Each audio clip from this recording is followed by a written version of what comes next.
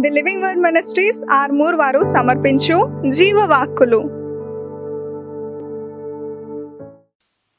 Praise the lord. ప్రియులారా, మరొకసారిగా ప్రభు సన్నిధిలో మనం కూడి ఉన్నాం. కాబట్టి జీవము కలిగిన దేవుడు జీవజలముల ఊట అయి ఉన్నాడు. ఆ ఊట యేసుక్రీస్తే. ఆయన నామములో మనకు ఆకలి దప్పికలు తీర్చుకునే కృప ఉన్నది. అందుకు అపోస్తలుడైన మత్తయి అంటాడు, 5వ అధ్యాయంలో 6వ వచనం అంటాడు, నీతి కొరకు ఆకలి దప్పులు గలవారు ధన్యులని, వారు తృప్తిపరచబడతారంట. కనుక నీతి కొరకైనటువంటి ఆకలి దప్పులు కలిగిన వారు నీతి జీవితాన్ని జీవిస్తూ తమ ఆకలి దప్పులు తీర్చుకుంటారు. అందుకు ప్రవక్త యెషయా ఈ విధంగా మాట్లాడుతున్నాడు, దప్పిగొనిన వారలారా నీళ్ళ యొద్దకు రండి, రూకలు లేని వారలారా మీరు వచ్చి కొని భోజనము చేయుడి. రండి, రూకలు లేకపోయినను ఏమీ ఇయ్యకయే ద్రాక్షారసమును పాలను కొనుడి. ఇక్కడ చాలా అద్భుతమైన సంగతులు ఏంటంటే, రూకలు లేకుండానే కొనటానికి రమ్మంటున్నాడు. దేవుని సన్నిధిలో భోజనము చేయండి, రండి, రూకలు లేకపోయినను ఏమి ఇయ్యకయే ద్రాక్షారసమును పాలను కొనమంటున్నారు. లోకములో కొన్ని మనకు దాహములుంటవి. దాహములు అనగా ఇక్కడ ఆశయే, కోరికలే.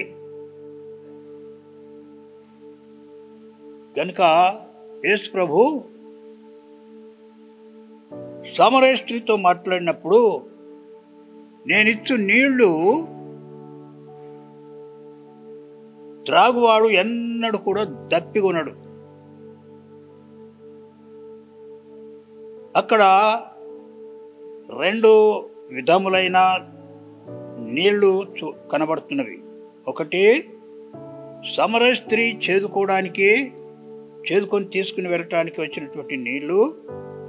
అక్కడ బావిలో, ఒక బావి దగ్గర యేసు ప్రభు కూర్చున్నాడు. ఆ బావి దగ్గరికి సమరయ స్త్రీ వచ్చినప్పుడు సమరయ స్త్రీని రక్షించడానికి యేసు ప్రభు ఆలోచన కలిగి ఉన్నాడు, సంకల్పం కలిగి ఉన్నాడు. కాబట్టి ఆమెతో ప్రారంభించినాడు సంభాషణ. ముత్తడు పెట్టినాడు. ఏమనంటే, అమ్మా, నాకు దాహమునకు నీళ్ళిమ్మని అడుగుతున్నాడు. మేమేమో సమరయులమయ్యా, మీరు యూదులు, మరి మేమిచ్చే నీళ్లు త్రాగుతారా అని అడిగినప్పుడు ప్రభు ఇంకొక మాట చెప్తున్నాడు ఆమెకు, నిన్ను దాహమున కడుగువాడు ఎవరో నీకు తెలిసినట్టయితే నీవే నీళ్ళు అడుగుతావు, అప్పుడు నీకు జీవజలములు ఇవ్వబడతాయి. నేనిచ్చు నీళ్లు త్రాగువాడు ఎన్నడూను దప్పికొనడని చెప్పేటప్పటికీ ఆ సమరయ స్త్రీకి చాలా ఆశ కలిగింది నీళ్లు త్రాగటానికి. ప్రభు ఇచ్చే నీళ్లు త్రాగడానికి ఆమె చాలా ఆశ చూపినది. కాబట్టి ప్రియులారా, ఆశ కలిగిన ప్రాణాన్ని దేవుడు తృప్తిపరుస్తాడు. అందుకే ఈమెలో ఆశ కలగాలి. ఆశ కలిగినప్పుడు ఈమె దప్పిక తీర్చబడాలి. ఆమెకు, ఆ సమరయ స్త్రీకి 2 విధములైన దాహములున్నవి. ఒకటి,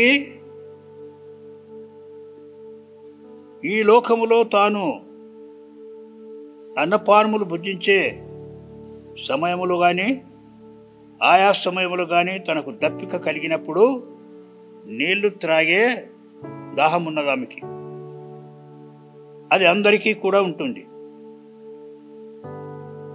అయితే ఆ అమ్మలో ఇంకొక దాహం ఉన్నది. ఏమిటదంటే లోకాశ. లోకములో ఉన్నదంతా శరీరాశ, నేత్రాశ, జీవపు డంబం. ఇవన్నీ తాను తీర్చుకోవడానికి తనకు ఆశ ఉన్నది. లోకం పట్ల ఆశ ఉన్నది అన్నమాట. అయితే ఆ ఆశ వలన సమరయ స్త్రీ యొక్క దప్పిక తీరదు. ఆమె దాహం తీరదు, ఆమె ఆశ తీరదు. తీరక తన జీవితకాలం అంతా ప్రయాసపడుతూనే ఉంటుంది తన దప్పిక తీర్చుకోవడానికి. కాబట్టి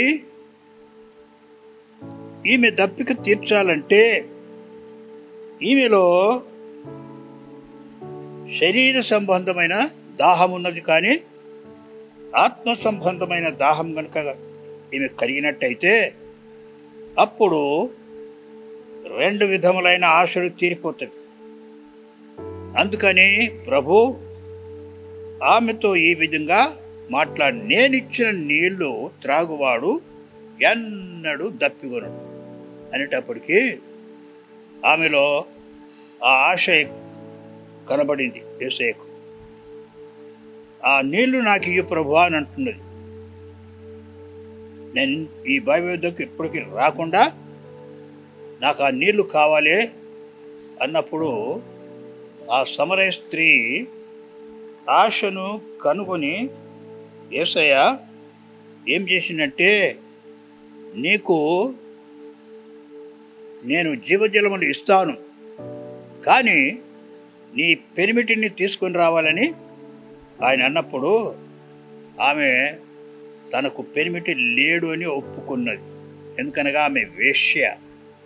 ఆమె వేశ్య జీవితంలో మరి ఆమె ఎంతమంది పెనిమిట్లు కలిగి ఉన్నదో, ఇప్పుడు కూడా ఎవరున్నారో, ఆయన ఎవరో అవన్నీ యేసు ప్రభు ఆమెకు విప్పి చెప్పినాడు. ఈ విప్పి చెప్పినప్పుడు ఆమె వెంటనే ఆమెలో ఇంకొక ఆశ కలిగింది. ఈయన మామూలు మనుష్యుడు కాదు, ఒక ప్రవక్త అయి ఉంటాడు.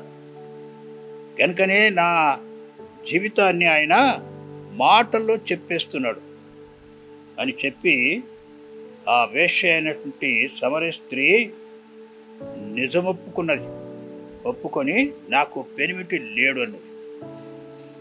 అవును, నిజమే, నువ్వు చెప్పింది నిజమేనమ్మా. నీకు ఇంతకుముందు 5 పెనిమిట్లు ఉండిరి, ఇప్పుడున్నవాడు 6వ వాడు, వీడు కూడా నీ పెనిమిటి కాడు అని చెప్పినప్పుడు ఆమె నిశ్చయంగా ఈయన ప్రవక్తనే అనుకొని ఆమె ఏం చేసిందంటే తాను యేసు ప్రభునకు అప్పగించుకున్నది. అప్పగించుకున్నప్పుడు ఆయన జీవజలములను ఆమెకిచ్చినాడు. జీవజలములనగా దేవుని వాక్యమే ప్రియులారా, దేవుని ఆత్మయే. అందుకని ఇక్కడ ప్రవక్త 55 అధ్యాయంలో ఈ విధంగా సెలవిస్తున్నాడు, దప్పిగొనిన వారలారా నీళ్ల యొద్దకు రండి, రూకలు లేని వారలారా మీరు వచ్చి కొని భోజనము చేయుడి. అయితే ఇక్కడ చాలా అద్భుతమైన సంగతులు ఏంటంటే, రూకలు లేకపోయినప్పటికీ, అనగా రూపాయలు డబ్బులు లేకపోయినప్పటికీ వచ్చి మీరు కొనమంటున్నాడు, భోజనం చేయమంటున్నాడు. రూకలు లేకపోయినా రమ్మంటున్నాడు, వచ్చి కొని భోజనం చేయమంటున్నాడు. డబ్బులు లేకపోయినా వచ్చి కొనమంటున్నాడు. అంటే డబ్బుల స్థానంలో మరి ఒకటి చెల్లించవలసినది. అది చాలా విలువైన సొత్తు. ఆ విలువైన సొత్తు కనుక ఆ సమరయ స్త్రీ చెల్లించినట్టయితే అప్పుడు ఆమెకు జీవజలములు ఇవ్వబడతాయని ప్రభు యొక్క ఆలోచన. ఆ ఆలోచన బట్టి ఆమె ఏం చేసిందంటే, అయ్యా నాకు ఆ నీళ్లు కావాలి, నా దాహం తీరాలి, నేను ఇంత దూరము ఈ బావి వద్దకు రావద్దనుకున్నది.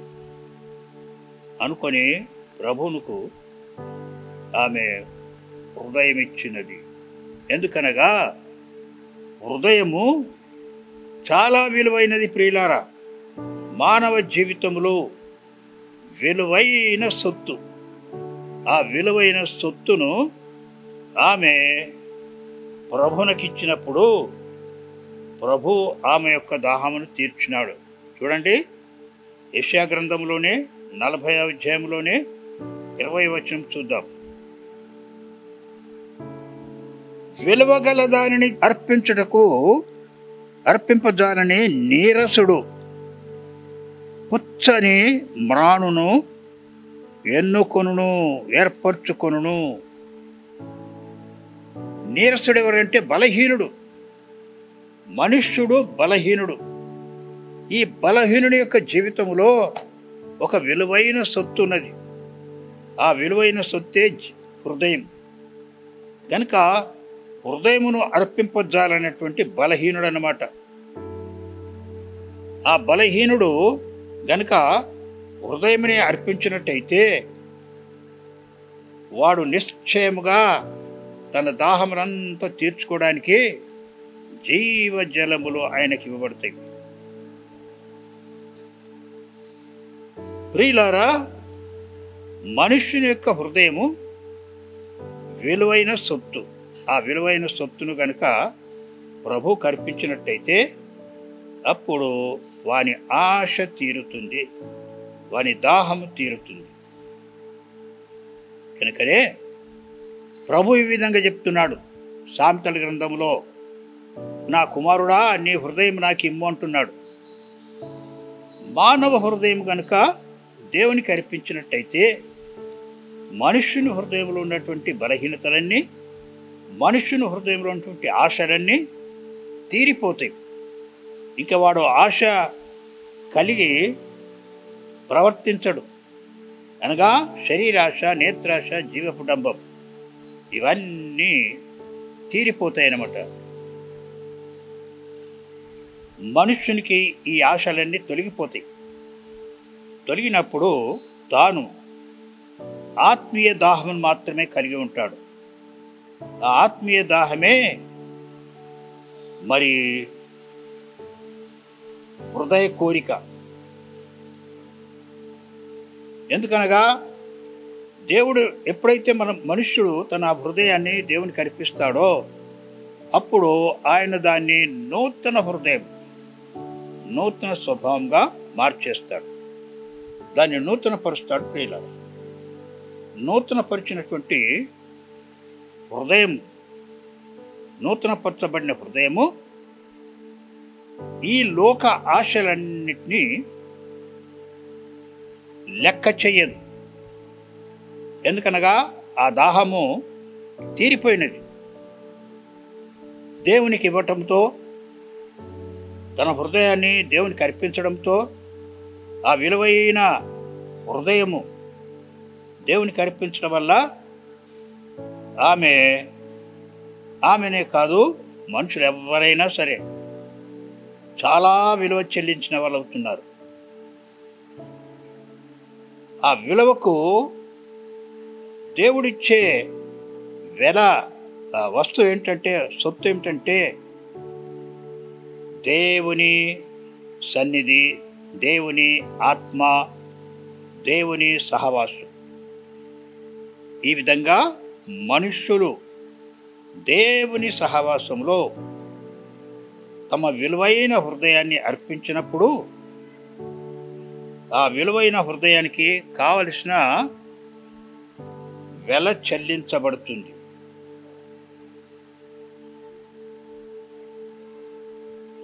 దేవుని మాటలకు, దేవుని వాక్యానికి, దేవుని ఆత్మకు వెల చెల్లించాలి. ఈ లోక సంబంధమైన ధనము, డబ్బులు లేక ఆస్తిపాస్తులు దానికి సరిపోవు.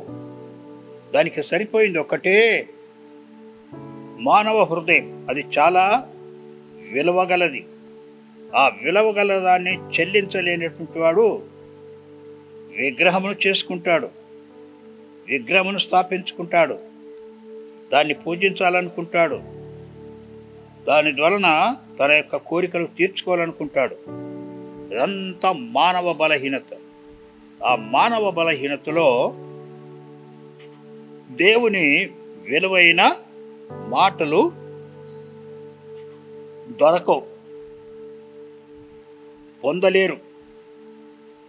ఆ పొందలేనటువంటి విలువైన మాటలు పొందాలంటే విలువైనదే చెల్లించాలి. ఆ విలువైనది ఏదంటే మనుషుని జీవితంలో హృదయమే. ఆ హృదయాన్ని అర్పించలేనటువంటి వాడు బలహీనుడు. కాబట్టి ఈ బలహీనమైనటువంటి జీవితంలో బలమైన విలువైన సొత్తు కావాలంటే అప్పుడు ఆ విలువైన సొత్తు హృదయం. కాబట్టి ఆ హృదయమును వాడు అర్పించుకుంటాడు. అర్పించుకొని దేవుని యొక్క సన్నిధిలో వాడు తన ఆశ తీర్చుకుంటాడు. అంతేకాదు సామెతలకారుడు ఇంకొక మాట చెప్తున్నాడు. 4వ అధ్యాయంలో 20వ వచనం నుంచి ఈ విధంగా మనం చూస్తాం. సామెతల గ్రంథం తీసుకుందాము. తీసుకొని 4వ అధ్యాయంలో గమనించినట్టయితే 4వ అధ్యాయంలో 20వ వచనములు ఈ విధంగా మనం చూస్తాం. ఏమిటా మనం చూసేదంటే 4వ అధ్యాయంలోని 20వ వచనములు చూసినప్పుడు అక్కడ ఏముందంటే, నా కుమారుడా నా మాటలను ఆలకింపుము, నా వాక్యమునకు నీవు చెవియొగ్గుము, నీ కళ్ళున్న ఎదుట నుండి వాటిని తొలగిపోనీయకుము, నీ హృదయమందు వాటిని భద్రం చేసుకును, దొరికిన వారికి అవి జీవమును సర్వ శరీరమునకు ఆరోగ్యమునిస్తవి. కనుక దేవుని మాటలు దొరకాలంటే దేవునికి మన హృదయం ఇవ్వాలి. మన హృదయం ఇచ్చినప్పుడే మనం దేవుని వాక్యాన్ని జాగ్రత్తగా వింటాము, తీసుకుంటాము, భద్రం చేసుకుంటాము మన హృదయంలో. ఆ విధంగా చేసుకున్నప్పుడు ఇక మనము ఈ లోక సంబంధమైనటువంటి ఆశల్లో, పద్ధతుల్లో మనం ఉండం. అప్పుడు ఎట్లా ఉంటుందంటే, మూర్ఖపు మాటలు మన నోటికి రానియం. మన పెదవుల నుండి కుటిలమైన మాటలు ఎంత మాత్రం రావు. మన కన్నులు ఇటు అటు చూడక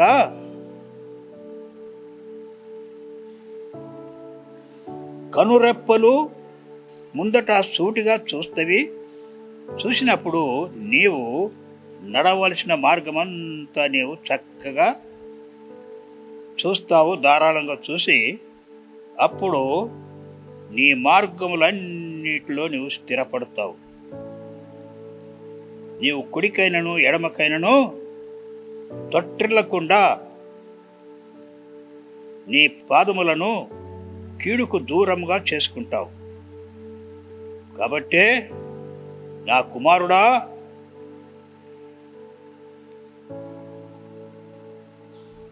నా మాటలను నీవు జాగ్రత్తగా విన్నట్టయితే వీటన్నిటి మీద నీకు విజయము కలుగుతుంది. అంతేకాదు నీ హృదయమును భద్రంగా కాపాడుకుంటావు. నీ హృదయంలో నుండి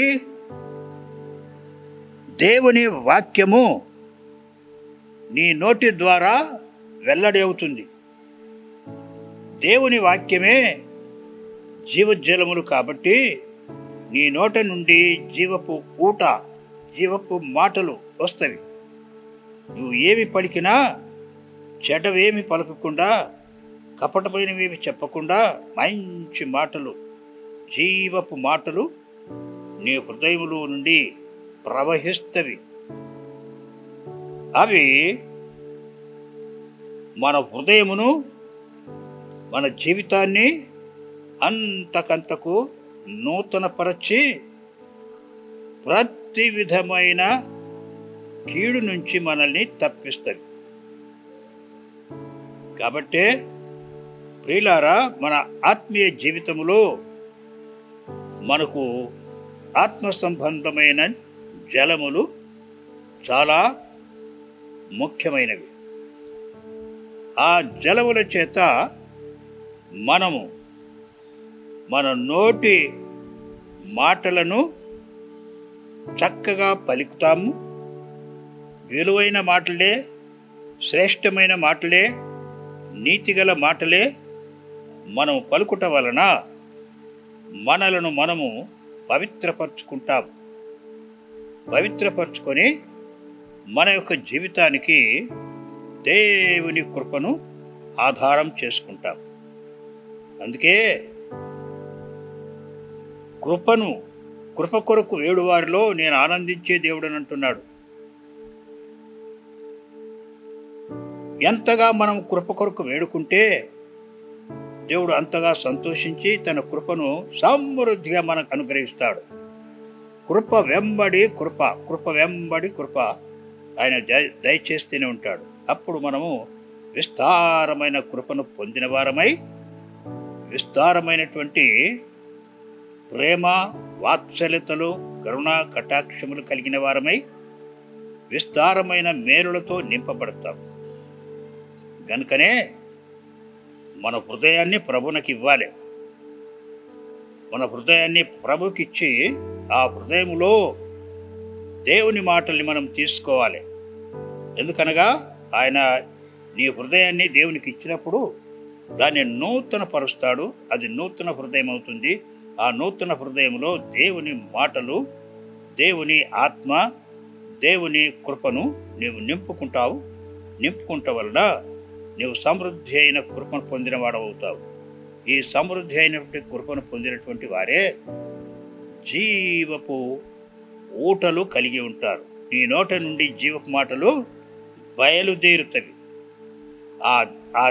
ఆ జలములు, ఆ జీవపు ఊటలోంచి వచ్చిన జలములు త్రాగిన వారు అనగా వినినవారు, వారు కూడా తమ ఆశలు తీర్చుకుంటారు. వ్యర్థమైన వాటి యందు వాళ్ళు మనసు పెట్టరు. వ్యర్థమైన లోక ఆశలు కలిగి ఉండరు. వ్యర్థముగా వారు ప్రయాసపడరు. ప్రయాసపడక వారు ఆత్మానుసారమైన జీవితము కలిగి ఆత్మలో ఆనందించి ఆత్మలో వర్ధిల్లుతారు. కాబట్టి అటువంటి వారితో ఇంకొక విధంగా ప్రభు మాట్లాడుతున్నాడు. ఏమిటంటే, ఆహారము కాని దాని కొరకు మీరు ఏల రూకలిచ్చెదరు, సంతుష్టి కలగజేయని దాని కొరకు మీ కష్టార్జితము ఎందుకు ఖర్చు పెడతారు, వ్యయపరుస్తారు.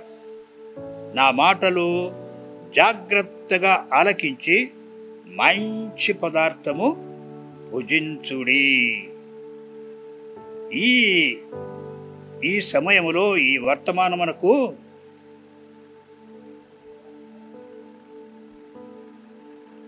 మంచి పదార్థములు భుజించుట అన్నదే ఈ వాక్యాంశం, ఈ వర్తమానం యొక్క అంశం. ఈ దినం యొక్క అంశం ఏదంటే ఇదనమాట, మంచి పదార్థమును భుజించుడి. మనం వ్యర్థమైన మాటల చేత వ్యర్థమైన ఆహారాల్ని కోరుకుంటాం. వ్యర్థమైన నీటిని కోరుకుంటాం, వ్యర్థమైన ఆశలు తీర్చుకోవడానికి ప్రయత్నపడతాం. కానీ ఆయన ఇచ్చే ఆహారము, ఆయన ఇచ్చే పానీయము మనకు సంతృష్టికరమైనదని మనం తెలుసుకున్నప్పుడు, మన ఆశలను తీరుస్తుందని మనం గమనించినప్పుడు మనం వాటినే కోరుకుంటాం. వాటినే కోరుకొని వాటి అందే ఆనందిస్తాం. కాబట్టి మనము మంచి పదార్థమును భుజించాలంటే దేవుని మాటలే మనకు మన ఆకలిని, మన దప్పికను తీరుస్తాయి. కనుక అట్టి కోరికను కలిగి మనము ప్రార్థించి మనము ఇక సమయాన్ని ముగించుకుందాం. పరిశుద్ధుడైన మా పరలోకపు తండ్రి, మీకు వందనములు దేవా, స్తోత్రపు తండ్రి, స్తుతులు చెల్లిస్తున్నాము. రక్షక మహిమ కలుగును గాక. ఘనత, మహిమ, ప్రభావాలు యేసయ్యా మీకే చెల్లిస్తున్నాం తండ్రి. ఇదిగో ఈ సమయమందు నాయనా మా దప్పికను తీర్చడానికి, మా ఆశలను తీర్చడానికి నీవే మాకు జీవజలముల ఊటయ్యి ఉన్నావు. నిన్ను మేము ఆశ్రయించుట వలన మేము ఈ లోకపు సంగతులన్నిటి మీద అత్యధికమైన విజయం పొంది ఈ లోకమందు మేము ప్రభువా ధన్యులం కావటానికి నీవు మాకు జీవజలముల ఊటగా ఉన్నందుకు యేసయ్యా మిమ్మల్ని స్తుతిస్తున్నాం దేవా. అట్టి జీవజలముల ఊట చేత మేము తృప్తి పొందిన వారమై ఇంకా మేమును ఎల్లవేళ వెంబడించే వారముగానే ఉండటానికి, ఈ లోకపు ఆశలన్నిటిపైన అత్యధికమైన విజయం పొందిన వారుగానే చేసినందుకు మిమ్మల్ని స్తుతిస్తున్నాం. ఘనత, మహిమ, ప్రభావాలు యేసయ్యా మీకే చెల్లునుగాక. యేసు నామమున పేరట ప్రార్థించి వేడుకుంటున్నాం తండ్రి. Amen, amen.